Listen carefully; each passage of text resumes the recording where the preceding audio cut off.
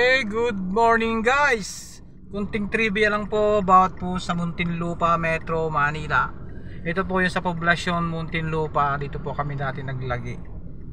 Dito po nakatira dati. Ayan, ito po ay dating Kaibigan Bakery. Kung sino po nakakaalala dyan, pinakamasarap at pinakamatandang bakery nung araw dito. Yan, Kaibigan Bakery po yan nung araw. May-ari po niyan ay ang Dimesa family.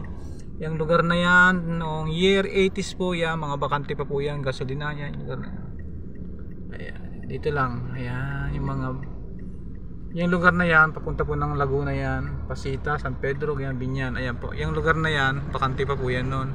Yan po yung Prinsa, Lower Prinsa po yan, yan. Papunta po ng Santo Niño. Yung simbahan po ng Santo Niño, dyan po yan, puntang Muntinlupa Sports. Yan, gawa po ng bisikleta yan sa babang yan nung araw, sa may poste na yon. Tapos yan pong lugar na yan, mga dami po yan nung araw, tindahan ng mga motor, bisikleta rin po yan. Ayan, laki na rin ang pinagbago ng Muntinlupa. Ayan, yun yung ngayon, City of Muntinlupa na munisipyo ng Muntinlupa. Ayun yung nasa may La Huerta tawagin.